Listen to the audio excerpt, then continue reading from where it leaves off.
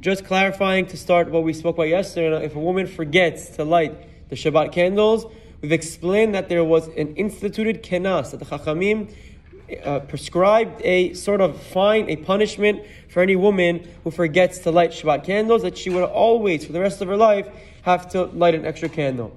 Now, there's at least two ramifications we have to make on this point. One is this applies only to Shabbat and not Erev Yom Tov. Halakha explains that if on Erev Yom Tov a woman forgot to light her Shabbat candle, her Yom Tov candles, she does not need to light an extra candle every week or every Yom Tov, because ki ho'il ve'ilu hayta rotza le'adlik belel Yom Tov, hayta yechola la'asot ken, ein lachmir alea u'lekonsa mikanu laba.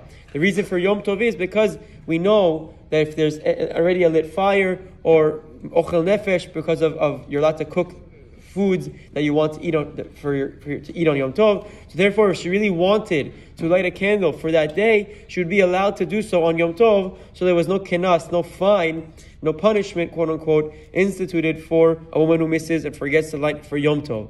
Now, also the second condition for this kenas, this punishment that the Chachamim instituted, was when there was no electricity. However, in our time, when we have electricity, im shachecha leadlik nerot Shabbat, ach or hachashmal hayadolek. If she forgot to light Shabbat candles, but the electricity was on, en leachmir alea leadlik ner nosaf mikanu laba.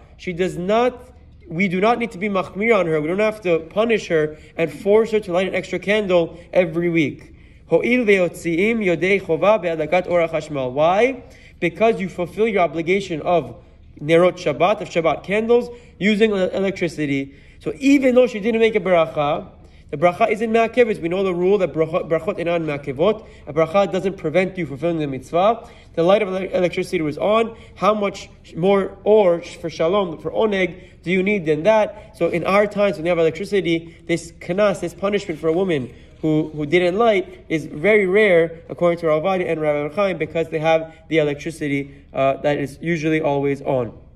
Now, on that point, let's say they don't have electricity and you forgot. The Chachamim explain that you have Bein HaShemashot to tell a goy to light a Shabbat candle for you also. If I forgot, Shabbat began, I have 13 and a half halachic minutes until Seder Chavim, where I can ask a non-Jew to light the candles for me, because at that time the Shavut, the Isur de Rabbanan are permitted, and this is for a mitzvah that you need of Shabbat candles, of Oneg Shabbat. But this doesn't apply in our time because we have electricity. Because we have electricity and we fill a mitzvah with that, you don't need, or you're not allowed rather, to tell the non-Jew to light a Shabbat candle for you during that Bein HaShemashot period, because we don't need to. And now wrapping up the halacha on halakhat nerot Shabbat, halakhat nerot Shabbat. The first time a kallah, a married woman lights Shabbat candles, there are some who say she should make a Shehechiyanu on this new milestone, on this new moment that she arrived to make the bracha. Why?